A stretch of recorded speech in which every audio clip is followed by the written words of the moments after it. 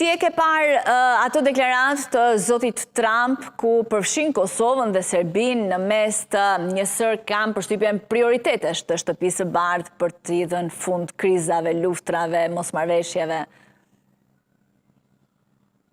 Du të ndaj me ju një rëkrim të vërtet dhe publik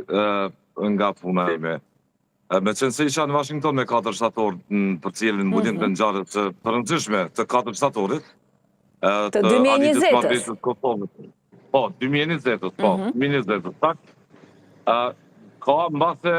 10 ditë kur me bashkëbitetues këtu të Arbin në mediumin ku punoj,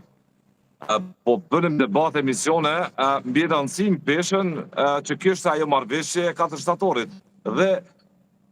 nëse Kosova nuk do të arëzon të atë marrëveshje në legjislaturën e kaluar kuvendi Kosovës, cila do të ishte mendja që do të kishte sot Kosova në kuadrën e krejt kësaj drame sot geopolitike të re që po ndodh në botë. Dhe nuk besonin asnjëri prej bashkëbitetuesve që do të mund të përmendej se po ku Kosova përsa ko që bota po përballet atë me luftën e lindjen e mesme, ende po vijon kjo luftë me luftën e paprovokuar të Rusisë kundër Ukrainës dhe me disa probleme të mëdha objektivisht që përballet bota me këtë rend gjeopolitik. Dhe duket që më shumë ishte dëshirë bashkëbitetuesve të atyre që dikur ishin mbase duartërketës të refuzimit të kësaj marrëveshje që i bënte diktatura e kaluar, dhe duket se ishin gati të thonë po të ishte kjo marrëveshje në fuqi, po të zbatoj nga Kosova, mbase do të kishim një vëmendje të administratës Trump, derisa Kosova ka mbetur në ngërç, jo vetëm në brendshëm politik institucional, por në marrëdhënie ndërkombëtare, kom fjalën për shtetin. Dhe befas Trump e përmendi, befas po them, dhe duket që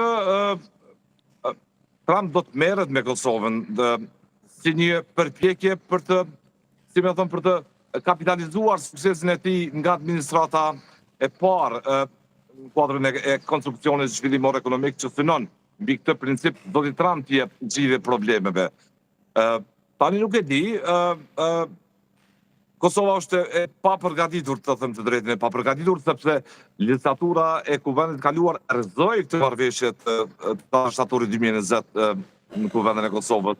Dhe pesa ishin mjaft të triumfues politikisht, teksa po zëshëm po e kundërshtonin zotin Biden, e shpëtuan Kosovën, i sollëm Kosovën një të çamë 10.000 e tjerë.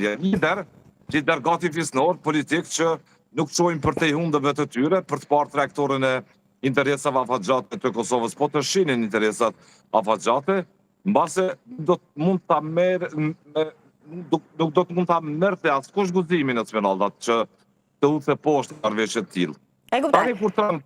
e riktheu në vëmendje këtë marrëveshje, duket që gjithë po heshtin një pjesë e tyre me zë disi, çfarë ta them, inkurajus synojnë të thonë se mirë që presidenti Trump së paku puna për ëm, por ekziston edhe interpretimi tjetër defetist, se me zotin Trump mbase mund të kemi një zgjidhje jo të asaj që e kemi arritur me 4 shtator 2020, shkëmbim territoresh.